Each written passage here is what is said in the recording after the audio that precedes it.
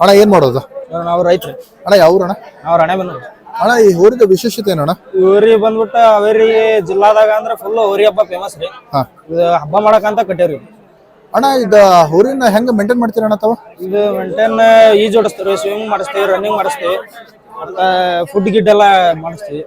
ಆಹಾರ ಪದ್ಧತಿಯಿಂದ ಬಂದಾಗ ಏನೇನು ಕೊಡ್ತೀರಿ? ಇದಕ್ಕೆ ಎಲ್ಲಾ ತರದ ನಾವು ದವಸ ಧಾನ್ಯಗಳನ್ನ ಹಾಕಿರ್ತೀವಿ. ಎಲ್ಲಾ ಸೇರಿ ಒಂದ್ ಮಿಕ್ಸ್ ಹೊಡೆದು ಹಾಕಿ ಮುಂಜಾನೆ ಒಂದ್ ಟೈಮ್, ಸಂಜೆಲ್ ಒಂದ್ ಟೈಮ್ ತಿನ್ನಿಸ್ತೀವಿ. ಆಮೇಲೆ ಹಾಲು, ತತ್ತಿ, ಗೋಡಂಬಿ ಇಂಥವೆಲ್ಲ ತಿನ್ನಿಸ್ತಾರೆ. ಈ ಬಾಯಿಲದ ಬಸವಣ್ಣ ಮಾತ್ರ ಭಾರಿ ಬೆಳೆದೈತಿ, ಎಲ್ಲಾರನು ಬೆಳೆಸೈತಿ.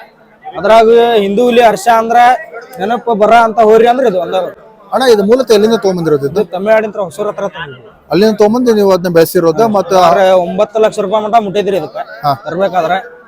ಅಲ್ಲಿಂದ ತಗೊಂಬಂದ ಈಗ 3.5 ವರ್ಷ ತುಂಬೈತಿ. 3 ವರ್ಷ ತುಂಬ 4 ಬೆಳ ಆತೈತಿ. ಈಗ ಕಮ್ಮಿ ಅಂದ್ರ ಒಂದ್ 20 ಪ್ರೈಸ್ ಅಂದ್ರ ಮಾಡೈತಿ.